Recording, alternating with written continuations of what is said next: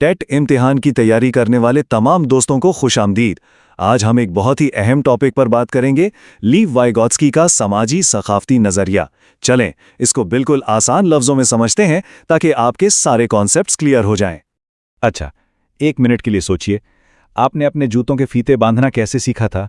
या कोई video game का मुश्किल लेवल कैसे पार किया था? जाहिर है किसी ने आपकी मदद की होगी, है ना? हो सकता है आपके अम्मी अब्बू ने, किसी बड़े भाई या बहन ने, या किसी दोस्त ने आपको सिखाया हो। बिल्कुल यही बात, यही वाइगोत्स्की के नजरिए का निचोड़ है। लेव वाइगोत्स्की, जो एक सोवियत साइकोलॉजिस्ट थे, उनका मानना था कि हम सबसे बेहतरीन तरीके से दूसरों के साथ मिलकर उनसे बातचीत करके ही सीखते हैं। सीखना असल में एक समाजी अमल है।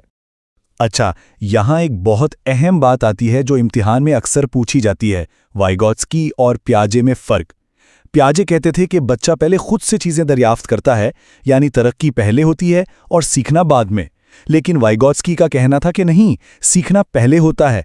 जब हम दूसरों से बातचीत करते हैं तो हमारी तरक्की होती है। ये फ़र्क ज़रूर याद रखिएगा। चलें अब वाइगोत्स्की के 3 सबसे बड़े और अहम आइडियाज़ को देखते हैं।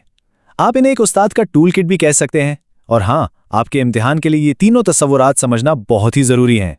सबसे पहला और सबसे मशहूर कॉन्सेप्ट है ZPD, यानी जोन ऑफ प्रॉक्सिमल डेवलपमेंट। ये क्या है? ये असल में सीखने का वो मैजिक जोन है, वो बेहतरीन जगह जहां कोई बच्चा किसी की थोड़ी सी मदद से कुछ नया सीख सकता है।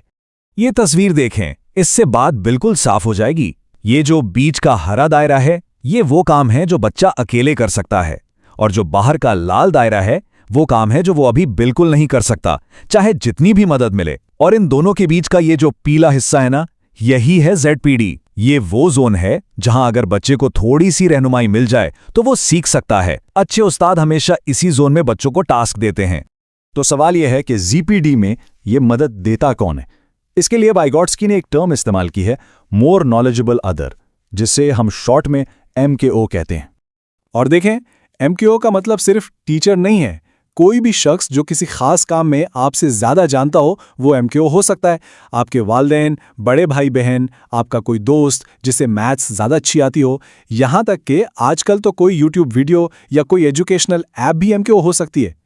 अच्छा, तो MKO जो मदद देता है, इस मदद देने के अमल को क्या कहते हैं? इसे कहते हैं स्कैफोल्डिंग। ये लफ्ज़ बहुत अहम है। इसका मतलब है एक आर्जी सहारा। बिल्कुल वैसे ही जैसे किसी इमारत को बनाते वक्त लोहे का एक ढांचा लगाया जाता है, और जब इमारत मजबूत हो जाती है तो उसे हटा देते हैं। इम्तिहान के लिहाज से ये बात ज़हन में रखें कि स्कैफोल्डिंग का मतलब बच्चे को सीधा सीधा जवाब बता देना नहीं है, बल्कि इसमें कई चीज़ें शामिल हैं, जैसे काम करके दिखाना, मुश्किल काम को छोटे छोटे हिस्सों में तोड़ना, इशारे देना और सही वक्त पर फीडबैक देना। यहाँ एक छोटी सी बात बताता चलूं, अगर आप पेडागोजी के सारे टॉपिक्स तफसील से समझना चाहते हैं तो हमारी पूरी प्लेलिस्ट मौजूद है। इसका लिंक नीचे डिस्क्रिप्शन में मिल जाएगा, इसे ज़रूर चेक कीजिएगा। ठीक है, अब आगे बढ़ते हैं एक और ज़बरदस्त आइडिया की तरफ। वाइगोत्स्की के मुताबिक इंसानों के पास सीखने का सबसे ताकतवर टूल, सबसे बड़ी सुपर पावर क्या है? वो है ज़बान। ज़बान और सोच का आपस में बहुत गहरा रिश्ता है। वाइगोत्स्की कहते हैं कि ज़बान की वजह से ही हमारी सोच डेवलप होती है। इसके 3 मराहिल हैं। शुरू में बच्चा दूसरों से बातचीत करने के लिए ज़बान इस्तेमाल करता है, जैसे रोकर या बड़बड़ाकर। फिर तकरीबन 3 साल की उम्र में वो खुद से ऊंची आवाज़ में बातें करने लगता है, जिसे प्राइवेट स्पीच कहते हैं। और आखिर में 7 साल की उम्र तक यही खुद कलामी दिमाग के अंदर होने लगती है, जिससे हम सोचना कहते हैं। अब आपके लिए एक सवाल। आपने अक्सर देखा होगा कि छोटे बच्चे खेलते हुए या कोई काम करते हुए खुद से बातें करते हैं। वाइगोत्स्की के मुताबिक ये क्या चीज़ है? क्या ये कोई बुरी आदत है? नहीं, ये है प्राइवेट स्पीच, और ये इस बात की निशानी है कि बच्चा अपनी सोच को मुनज़्ज़म कर रहा है। आपका क्या ख्याल है? अपना जवाब नीचे कमेंट्स में ज़रूर लिखें। वाइगोत्स्की का ये मशहूर कॉल उनकी पूरी थ्योरी का खुलासा है। वो कहते हैं कि हर चीज़ बच्चा 2 बार सीखता है, पहली बार दूसरों के साथ समाजी सतह पर, और दूसरी बार अपने अंदर इनफरादी सतह पर। यानी सीखने का अमल बाहर से अंदर की तरफ आता है। चलें जी, थ्योरी तो हमने समझ ली, अब सबसे ज़रूरी काम करते हैं। देखते हैं कि महाटेट के पिछले इम्तिहानात में इस टॉपिक से कैसे सवालात आए हैं और उन्हें हल कैसे करना है। तैयार हैं? ये रहा पहला सवाल। लेव वाइगोत्स्की के मुताबिक इल्मी नशोनमा यानी कॉग्निटिव डेवलपमेंट की सबसे बड़ी वजह क्या है? ऑप्शंस आपके सामने हैं। A stimulus response pairing, B social interaction, C adjustment of mental schemas या डी इक्लिब्रेशन। आराम से सोचिए और अपना जवाब तय कीजिए। और सही जवाब है ऑप्शन बी, समाजी तामुल। अगर आपने यही सोचा था तो बहुत खूब। क्यों?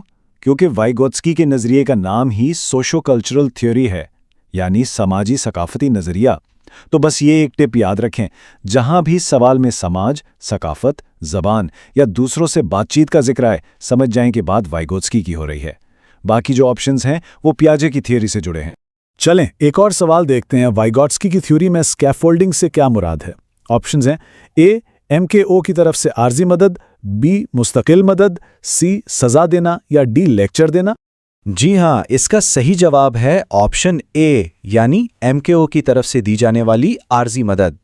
याद है वो इमारत वाली मिसाल? सहारा हमेशा आर्जी यानी टेम्परेरी होता है। इसका मकसद बच्चे को खुद मुख्तार बनाना है, ना कि हमेशा उस पर इन्सार करवाना। इसीलिए मुस्तकिल मदद वाला ऑप्शन गलत है। बाकी सजा और लेक्चर तो बिल्कुल ही अलग चीजें हैं। तो आर्जी मदद यहां कीवर्ड है। तो चलें जल्दी से रिकैप कर लेते हैं। आज का सबसे बड़ा टेकअवे क्या है? ये कि अच्छे उस्ताद वो होते हैं जो बच्चों के लिए ZPD में स्कैफोल्डिंग के पुल बनाते हैं ताकि वो सीख सकें। और हाँ, अपनी तैयारी को और मजबूत करने के लिए डिस्क्रिप्शन में दिए गए लिंक से PDF नोट जरूर डाउनलोड कर लें और प्रैक्टिस क्विज भी हल करें ताकि आपको अपनी समझ का अंदाजा हो। अगर आपको इस वीडियो से कुछ नया सीखने को मिला और आपकी तैयारी में मदद हुई तो प्लीज़ इरशाद अहमद मोहनवार चैनल को लाइक, शेयर और सब्सक्राइब ज़रूर करें। आपका साथ ही हमें आपके लिए ऐसा और भी मेयारी मवाद बनाने की हिम्मत देता है। आप सबकी तैयारी के लिए ढेर सारी नेक तमन्नाएं।